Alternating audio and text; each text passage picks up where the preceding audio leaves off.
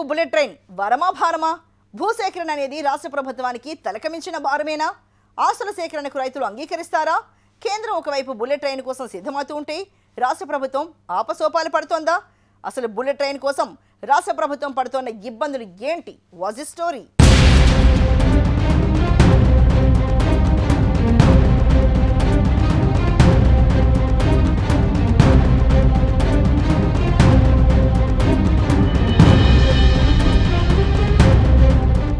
Bullet train భారతీయ railway ప్రయాణికులకు ఓ కల.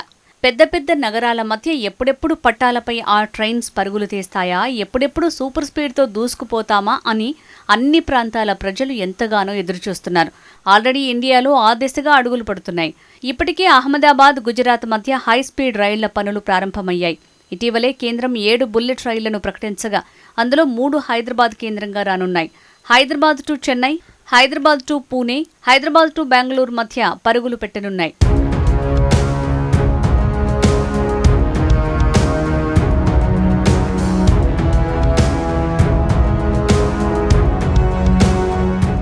హైదరాబాద్, పూణే మధ్య హైస్పీడ్ రైలు ప్రతిపాదన ఉండగా తెలంగాణ రాష్ట్రంలో 93 కిలోమీటర్ల మేర రైలు పరుగులు తీయనుంది.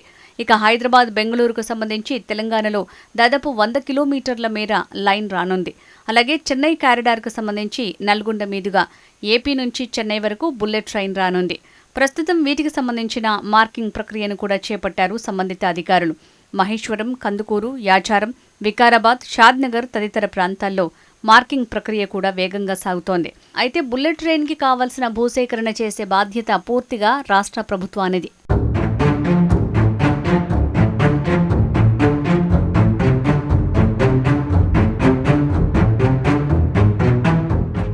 కొన్ని కారణాల వల్ల ప్రస్తుత అలైన్మెంట్లో స్వల్ప మార్పులు చేస్తూ నిర్ణయం తీసుకుంది రాష్ట్ర కేబినెట్.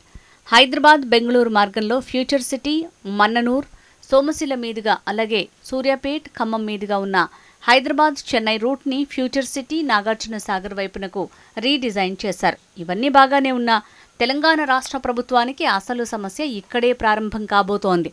ముఖ్యంగా భూసేకరణ ప్రభుత్వానికి తలకు మించిన భారం కాబోతోంది. తెలంగాణలో ఏ ప్రాంతానికి వెళ్లినా ఎకరా కనీసం 20 లక్షలకు తక్కువ లేదు. పిల్లర్లు వేసేటప్పుడు పెద్దగా భూసేకరణ అవసరం పట్టదు అని అధికారులు చెప్తున్నారు. కానీ అక్కడ ఈ ప్రక్రియ సులభంగానే సాగుతుందని వారు చెప్తున్నారు. అయితే అసలు సమస్య స్టేషన్లో వచ్చే దగ్గరే. ఈ 3 కారిడార్లకు కలిపి దాదాపు 6 స్టేషన్లు రానున్నట్టు తెలుస్తోంది. ఒక స్టేషన్కు కనీసం 100 ఎకరాలు అవసరం పడుతుందని అంచనా. కోకాపేట్లో ఒక స్టేషన్కు రైల్వే శాఖ ప్రతిపాదించగా అక్కడ ఎకరా 100 కోట్లకు పైగా ఉండటంతో ప్రభుత్వం చేతులెత్తేసింది. ప్రస్తుతం మిగతా స్టేషన్ల వద్ద కూడా ఈ భూసేకరణ తలనొప్పిగా మారే అవకాశాలున్నాయి.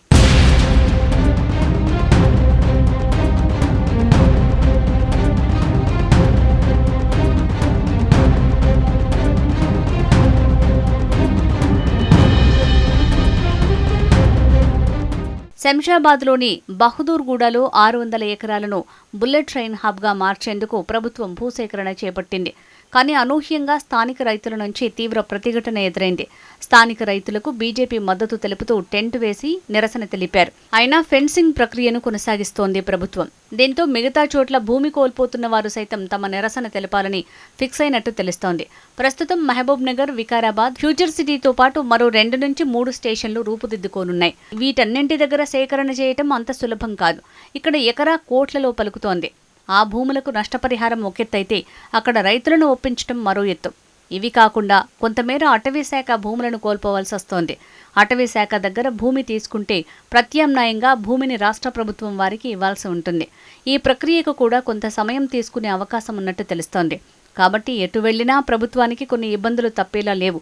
వీటితో పాటు పిల్లర్లు పడే ప్రాంతంలోని భూముల యజమానులకు కూడా నష్టపరిహారం చెల్లించాల్సి ఉంటుంది. వీటన్నింటినీ పరిగణనలోకి తీసుకుంటే దాదాపు 1000 కోట్ల వరకు భారం పడే అవకాశం ఉన్నట్టు సమాచారం.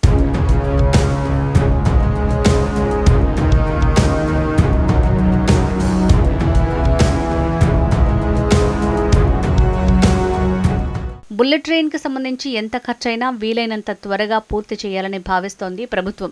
మరి భూసేకరణ సవాల్ని ప్రభుత్వం ఎలా అధిగమిస్తుంది? అందుకు రైతులను ఒప్పిస్తుందా?